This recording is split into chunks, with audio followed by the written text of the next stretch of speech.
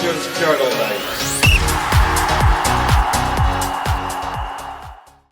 Hello and welcome to the Rangers Journal. My name is Kai Watson and today we're going to talk about finding a replacement for James Tavernier. Reports came out yesterday starting with Fabrizio Romano and then some in Turkish media that Trabzonspor are looking to buy James Tavernier. Reports then surfaced later on that apparently Tavernier has agreed the deal.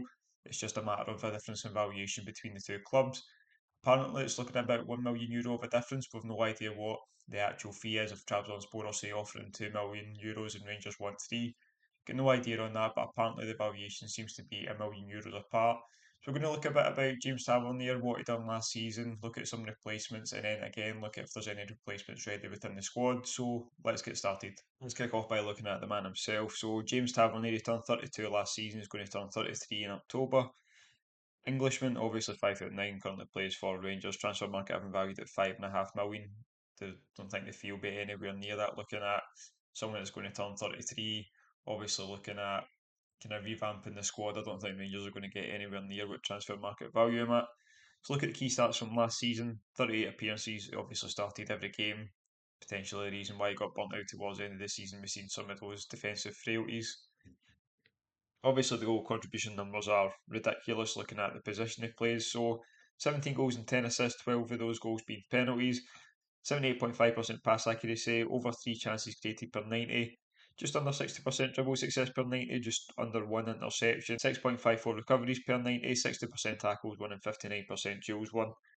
Look at those percentiles in that radar on the right hand side. It's incredible that that's coming from someone who plays at right back. It's an issue we've had for years that James Tavernier's been the main goal scorer and the main creative force. It shouldn't be the case. It's obviously incredible what he does, the penalty record, free kick record, also goals from open play coming out of the back post, especially in that Europa League run. But it's something that has been an issue. You shouldn't need to rely on your right back for those type of goal contributions, and it's something Rangers have never really dealt with, getting midfielders to get more involved, getting the wingers to get more goals. So it's something that probably could be addressed now. Main point of this video, I think, is obviously looking for that replacement for James Tavernier, but stating that Rangers cannot get a player of the same ilk. We can't replace James Tavernier like for like. A player that contributes that much going forward is just not something Rangers can afford as a club right now, so we shouldn't, in my opinion, be looking to replace him like for like. So I've looked at some different options, some players that can provide, obviously, a good outlet going forward, but can also defend as well. Also a bit more solid defensively, won't be kind of targeted every game the way we found with Tavernier towards the end of the season. It's like I said, it's not going to be a like for like replacement because personally I don't believe that there is a like for like out there that Rangers can afford when you're looking at that level of attacking output. So let's look at 3 options that I think could be a good replacement. The first two we're going to look at are more ready made to step in right away, whereas the third player is more of a project player, but I still think all could contribute right away. So the first option I want to look at, Kaigo Tsunemoto, 25 years old, from Japan, 5'8", played for Servette last season. It's his first season in Europe, and I think he done brilliantly, very impressive fullback. Transfer market currently having valued at 2.1 million. Looking at his key stats, so 30 appearances, 29 from the start, 3 assists, 76.9% pass accuracy, 1.12 chances created per 90, 51.4% dribble success, 2.20 interceptions per 90, 5.87 recoveries, 64.1% tackles won, and 53.3% duels won. Again, really good numbers. You look at how well rounded the radar is, apart from the aerial duels one, obviously didn't score any goals last season. But like I said, I wasn't looking for fullbacks that are going to come in and score 10, 15 goals, or even as many as 5. You're looking at fullbacks that can obviously offer something going forward and defensively. And I think that's what Tsunomoto does. You look at those defensive numbers, the just under 6 recoveries, the over 2 interceptions, 64% tackles won, 53% duels won as well is also very high. He's only 25 years old. He's not going to break the bank. He's again a player that's going to be ready made to come in playing the Swiss League last season, transitioning that well from playing in Japan to coming to Europe. I think it's a really good sign. I think he'd come in, obviously that ready made replacement. He's athletic, like I say, he offers quite a lot going forward and defensively as well. Athletic, tenacious, exactly what I think Rangers need in that position. And like I said, I think he's a good option. He's one that's not going to break the bank. Going to jump over to South America for the next option. So Claudinho, 23-year-old Brazilian, 5'9", currently plays for Kashima. Transfer market only having valued at 1 million. Looking at his key stats for the season so far, 15 appearances, he started 10, 2 goals, 2 assists, over 80% pass accuracy, 2 chances created per 90, over 70% dribble success, 1.81 interceptions per 90, 5.63 recoveries, 61.5% tackles won, and 45.3% duels won. The duels won could obviously be a bit higher, but you look at those numbers, you see what he offers going forward. The defensive numbers are also good, like I say. You'd want the duels to be a bit higher, but it's good tackles won, good recoveries, and good interception numbers as well. And then you look at going forward, 2 chances created per 90 and over 70% dribble success shows you the type of fullback you're talking about. Talking about these kind of flared Brazilian wing backs that can obviously play further up the pitch as well. I don't know personally, but I think a lot of the time you see fullbacks that are kind of that technically gifted and that good going forward with the ball, you'll find that they started out as wingers. It's the same for Marcelo, obviously, at Real Madrid as well.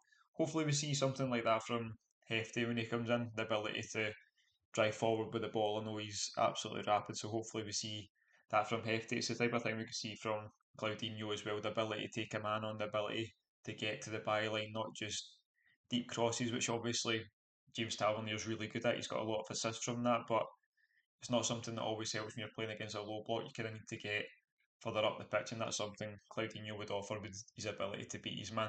So again, transfer market I'm valued at 1 million. I don't think you'd get him for that, but he's another option that wouldn't break the bank. Hopefully, the Tavernier money would at least be able to cover that. He's imagined by a lot less in the wages as well, so I think Claudinho's another great option. So the last player I want to look at, like I say, is more of a project player. So Richie Sagrado, 20 years old, Belgian, 6 foot, currently plays for Leuven. Transfer market valued at 1.5 million. Look at some of his key stats for the season: 31 appearances, 27 from the start, 2 goals, 1 assist, just under 80% pass accuracy, 0.69 chances created per 90, 45.7% dribble success, 0.94 interceptions per 90, 3.84 recoveries, 65% tackles won, and 51% duels won. So he's mostly played as the right wing back, as Leuven used 3 at the back, play 5 across the midfield. So he's mostly played as a wing back, but he's good going forward. He's also solid defensively. A lot of athleticism, a lot of pace, quite a powerful fullback. He's played with Belgium throughout all the youth levels. I think he's only had one appearance for the under 21s, but up until that point, he'd been a regular in the youth levels for Belgium. So there's obviously a player. He came through the youth setup at Genk. Obviously, they're famed for bringing players through, giving them chances, selling them for a good bit of profit.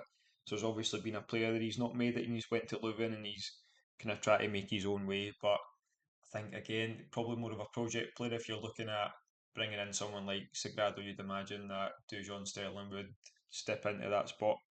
So again, I think he's a good option. He's a good development player. Looking at the player trading model, I think if you can get him, again, he's someone that's not going to break the bank again. I don't think you'll get him for the 1.5 million transfer market value, Matt, just because of his age and potential. Obviously, as a Belgium youth international and still only 20, playing in the Pro League, you're going to want to kind of maximise the money to get for him. So if you can get him for a decent fee, I think in the future he's one you're going to make a lot of money on. But again, if he's coming in, he's probably going to be back up to Dujon Sterling. Speaking of Dujon Sterling, is there already a perfect replacement at the club? Obviously, Sterling only actually played 2 appearances at right back last season, so we never really got to see him in what is his natural position. It's the position that he's played in previous seasons. It's what he was brought in as. He was brought in as a right back.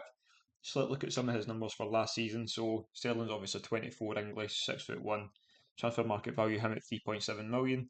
Looking at his key stats: 24 appearances, only 11 starts, 2 assists, 78.9% pass accuracy, 1.35 chances created per 90, just under 41% dribble success, just under 2 fouls won per 90, 52% tackles won, 45.6 duels won per 90. What does Dujon Sterling give you? Pace, power, energy, commitment, kind of everything you want. I don't think personally that he's technical enough to be in the central midfield. I know that's what a lot of fans wanted to see last season, but I think that's just because of the lack of energy we had in there. Obviously, I had a bit more energy when Diamande came in, but still, I think towards the end of the season, Lundstrom was kind of sluggish, and just having Sterling next to him just added so much pace and energy. But bringing Connor Barron in, I think he can provide that, and hopefully we add a few more bodies in central midfield. I don't think Sterling is the kind of option in there. I think fans are looking back and just seeing how slow we move the ball and just thinking, oh, that energy Sterling brings in there is brilliant. But technically, I really don't think he's good enough to be that kind of anchor in the middle of the pitch. But fullback, I think he's perfect. Like I say, pace, power, energy, commitment. He's a really good defender. He's good one on one. He's rapid. He's good at taking opposition fullbacks on. He's good at getting to the byline. Final ball does need improved, but needs the minutes there to kind of get that to get to that level. I think playing and training with someone like Tavernier has probably helped him improve that aspect of the game. It is the one thing I think he needs to improve, that final ball, the decision making. But when it comes to the energy you're going to get, when it comes to the defensive ability you're going to get, I think he is a ready-made option. It just all depends on what Philippe Clement wants, and I don't know if he wants Sterling to be that player. If he wants to use him as a player that can cover multiple positions, I would feel sorry for Sterling because when he came in, he gave 100% every time and he performed really well. I'd love to see him getting a chance as a starting right back, but then I don't know who you use from there. Is Adam Devine good enough to be the backup because he didn't go to the Netherlands with the squad? So that maybe suggests that we would need another backup right back in, or that Sterling's maybe not seen as the first choice and we bring someone else in and have them rotate with Sterling. It'd be really interesting to see what happens. Obviously, no fees been agreed yet, so the deal is not fully in motion, even though Tavernier seems to have agreed terms with Trabzonspor. So we just need to keep an eye on how that moves and kind of what happens after that. But I do think Dujon Sterling is a brilliant option to kind of fill in for Tavernier. Completely different option, but like I said, I don't think we should be looking to replace James Tavernier like for like, so I'd love to see Sterling in there. So please leave your thoughts down below. What are you thinking about this whole situation? Are you happy to see Tavernier leave? Are you going to be gutted? Do you want him to stay? Do you think we should be selling? Should we be looking to sell other players? I'd love to know your thoughts down below. So please let us know. Leave it in the comments. It's obviously something we're going to be talking about for the coming days. So if you've enjoyed the content, don't forget to like and subscribe and have a great day.